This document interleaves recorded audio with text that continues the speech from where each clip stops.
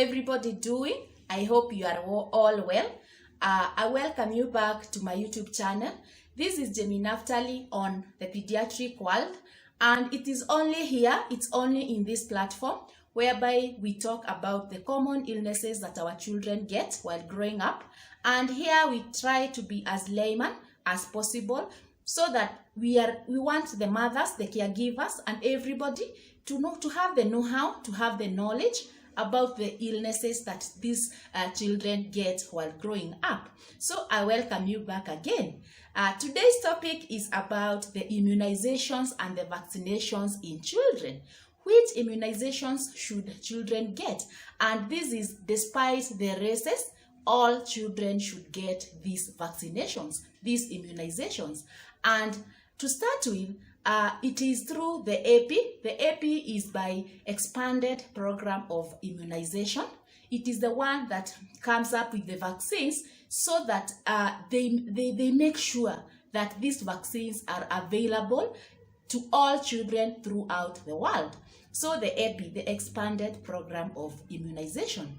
So initially, there are those vaccines that the EPI came up with that the children should get.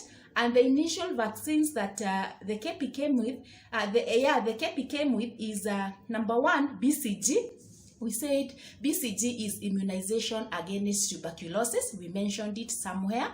And another thing, they have DPT. DPT consists of 3 vaccines. And D stands for the diphtheria. P stands for pertussis or whooping cough. It's the same one as whooping cough. And T for tetanus. So the DPT. Another vaccine that the EPI came up with is now the oral polio. Yeah. They also came up with the measles. So initially those were the vaccines that were there in EPI. Later on, the EPI increased the knowledge of the immunizations, and this is because of the many illnesses that came later. So they added to the previous ones, the ones we have just said, they added others, which include now the hepatitis B vaccine. Yes, they added the hepatitis B vaccine. They added the yellow fever vaccine. They also added the H influenza type B. We call it HIB, the H influenza type B. They added the rotavirus. The rotavirus is the one that causes the diarrhea in children. So we now have the immunization against it. They also came up with the meningococcal vaccine against meningitis. They also added the pneumococcal vaccine. This is the vaccine against the pneumonias, which are so common in children.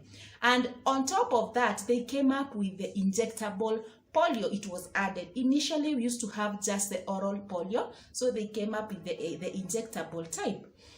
So having known the vaccines, those are the vaccines that currently are there and all children must get, they should get. And this we are saying despite of the races of these children, they have the right and they should get all these vaccinations. So if I try to make you understand, what is immunization? Immunization is a process. Yes, it is a process, and it's a process of introducing weakened forms of causing organisms, microorganisms, to the body, which increase the body's immunity.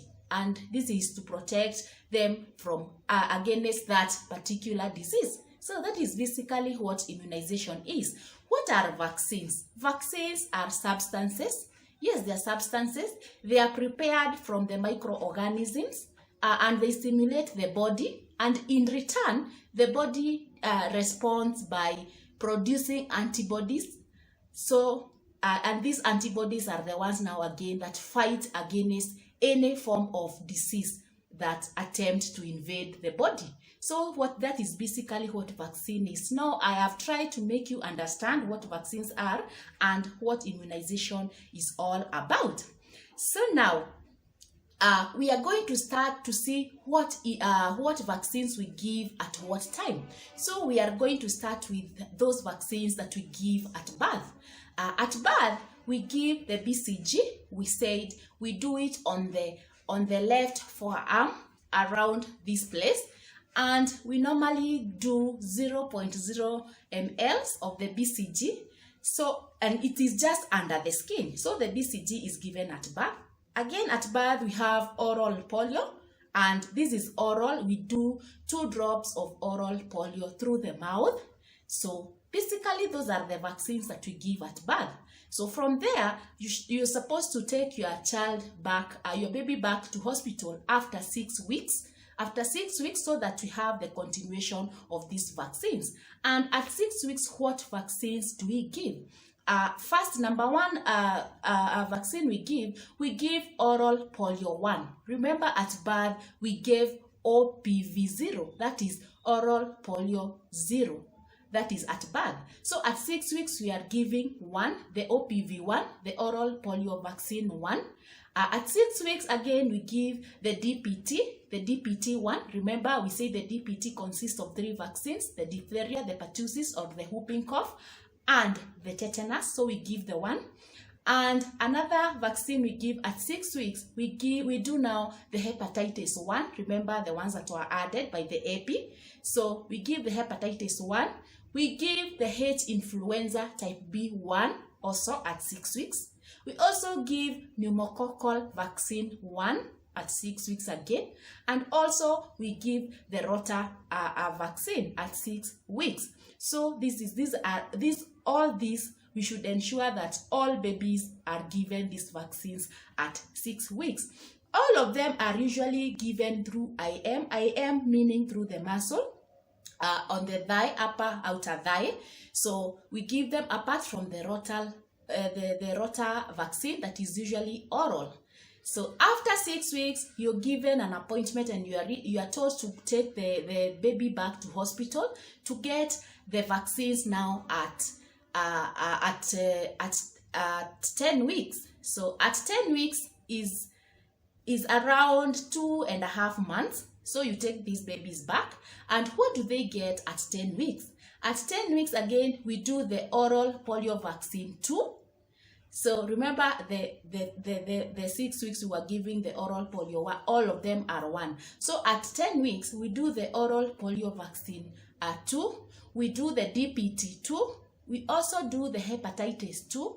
We do the H influenza type B2 and the pneumococcal vaccine 2 and also the rotavirus 2. That is at 10 weeks, at around 2.5 months. From here, the baby is taken back again for the continuation of vaccination, and this is at now 14 weeks. 14 weeks is when the babies are 3.5 months, around thereabout. So what do they get at 14 weeks? At 14 weeks, again, we get the OPV 3, the oral polio vaccine 3. They get the DPT 3.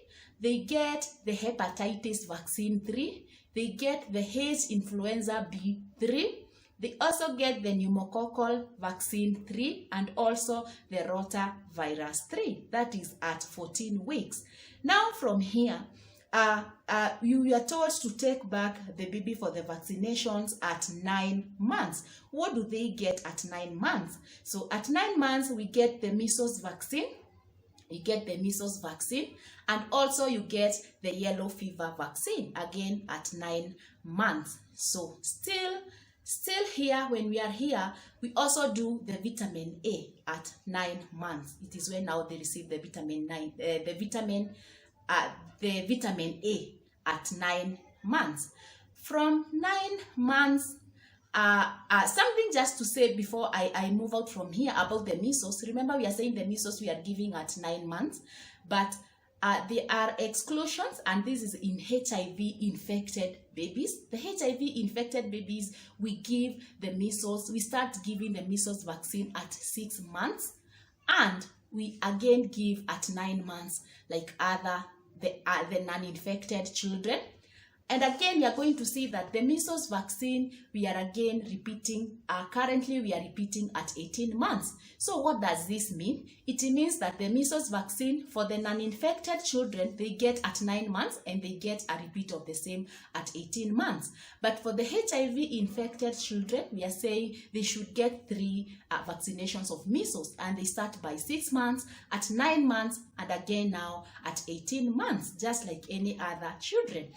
We We mentioned about vitamin A at 9 months, and vitamin A supplementation, it is usually oral, and we normally do according to the age. So if the baby is below 6 months, we measure in international units, and below 6 months we give 50,000 international units, and between 6 months and 1 year we give 100,000 international units, and if the child now is above 1 year, we give 200,000 international units. So the first dose of vitamin A supplementation, we are saying we are starting at 9 months, and from there we give every 6 weeks. So that means it is twice per year up to 5 years until your baby. Don't leave it there. Don't leave it until the baby is 5 months, because it is very important, the vitamin A.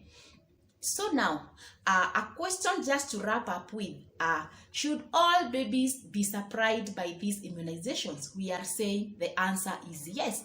All babies, we are saying, despite the races, they should get all the immunizations as per AP, the KP, the expanded program of immunization. How about HIV-infected children?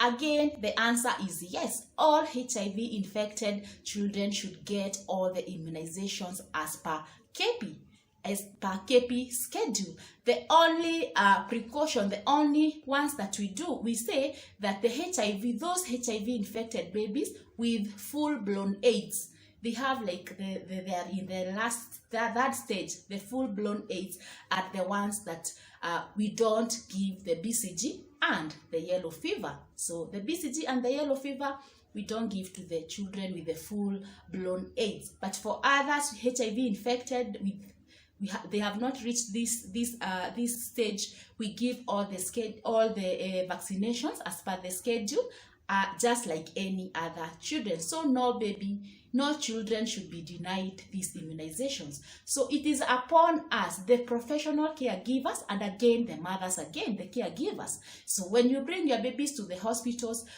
you should know if all the vaccinations are given, because it is important. And to the professional caregivers and us, we make sure that that's why we tell you to carry the purple book that has all the immunizations, just to be sure, to check that all were given according to the ages of the baby. So that is it, my people, for today. I thank you for listening to me. Now you know what immunizations and vaccinations that your babies should get, and at what age. You know, now you have the knowledge. Thank you for listening to me. If you haven't subscribed yet, please hit on that subscription button, subscribe, like, and share, so that many people may get this information. And also, there is a notification bell. Please hit it so that you're able to know whenever I post a new video. So thank you so much. Thank you again. Till next time.